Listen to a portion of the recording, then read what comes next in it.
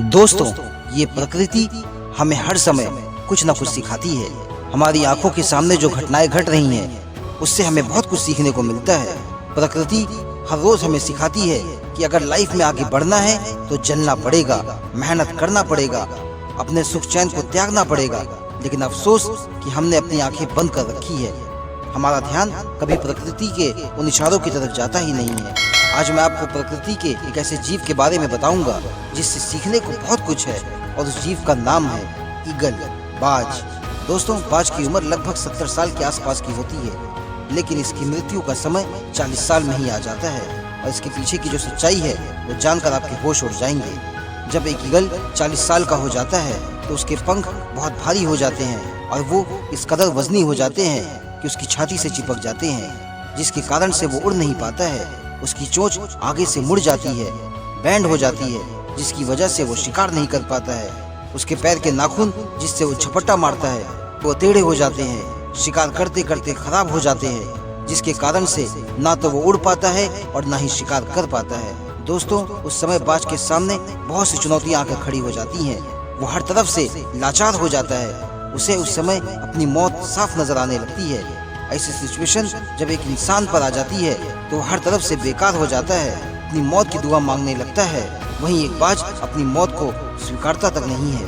वो चाहे तो एक आम लोगों की तरह इसे अपनी किस्मत समझकर सब कुछ झेलता रहे और मृत्यु आने पर मर जाए या खुद किसी और का शिकार हो जाए, लेकिन वो ऐसा बिल्कुल भी नहीं करता है। वो अपनी मौत से लड़ने का साहस करता है, क्योंकि उसे पता है कि जिसने अपनी मौत पर विजय प्राप्त कर लिया उसे नया जीवन मिल गया। और ये सब उसे अपने पूर्वजों से सीखने को मिला है। और यही वो समय होता है जब प्रकृति हमें बाज से बहुत कुछ सिखाती है। बाज जब 40 साल का हो जाता है तो वो जंगल में अपने किसी एरिया की सबसे ऊंची चोटी पर पहुंच जाता है। फिर वो सबसे पहले अपने मुड़े हुए चोंच को तोड़ने के लिए उससे पत्थर पर मारना शुरू करता है। आप सोच भी नहीं सकते हो उस समय उसे कितनी तकलीफ होती होगी।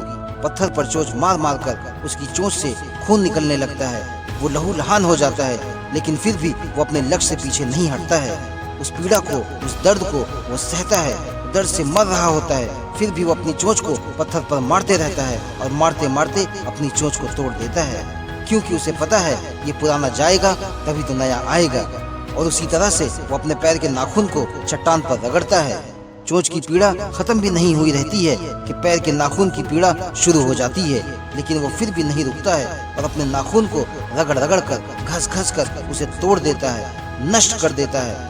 लेकिन दोस्तों, इतना कुछ होने के बाद भी बाज की समस्या यहीं पर खत्म नहीं होती है। फिर वो अपने नई चोंच आने का इंतजार करता है, और जब नई चोंच आ जाती है तो अपने उन्हीं चोंचों से अपने बेकार पंख को खींच खींच कर निकाल देता है और अपने पंख के वजन को कम करता है। इसी तरह से वो अपने शरीर के हर अंग को पहले की तरह फुर्तीला और शक्तिशाली बनाने के लिए ना जाने कितने दर्द और तकलीफ को सहता है। और उस भयानक पीड़ा को, उस दर्द को वो कम से कम 6 महीने तक सहता है, और जब तक कि उसे नए पंख, नया चोंच और नए नाखून आ न जाए। और ऐसा हर बाज के साथ होता है, और हर बाज यही कठिन रास्ता अपनाता है और अपनी मौत पर विजय प्राप्त करता है, और लगभग 30 साल के लिए अपने आप को नया जीवन दान दे देता है। इसीलिए दोस्तों, मैं फिर कह रहा हूँ, बलिदान तो देना पड़ेगा। आज कंफर्टेबल हुए तो जिंदगी अनकंफर्टेबल हो जाएगी, और अगर आज अनकंफर्टेबल हो गए पूरी जिंदगी कंफर्टेबल हो जाएगी। इसीलिए दोस्तों, दर्द, पीड़ा सहना सीखो। अगर आपको अपनी लाइफ बदलनी है तो आपको भी अपने जीवन में ऐसे ही प्रोसेस से गुजरना होगा, अपने हालात से लड़ना होगा, अपने आप को उस काबिल बनाना होगा कि चाहे जीवन में कैसी भी परिस्थिति आए, आप उन परिस्थितियों से लड़ने के लिए तैयार रहोगे। तभी ये काली रात के बाद एक नया सवेरा होगा, और वो आपका होगा। फिर उस दिन, उस समय आप अकेले उड़ोगे और दुनिया आपको देखेगी। दोस्तों, आज की ये वीडियो आपको अच्छी लगी है तो प्लीज़ वीडियो को लाइक कीजिए और अपने सभी दोस्तों को शेयर कीजिए। और अगर आप हमारे चैनल पर नए हैं तो प्लीज़ चैनल को सब्सक्राइब करके बेल आइकन ऑल पर दबा दीजिए, ताकि आपको हमारी हर नई मोटिवेशनल वीडियो का अपडेट सबसे पहले मिले। Thank you.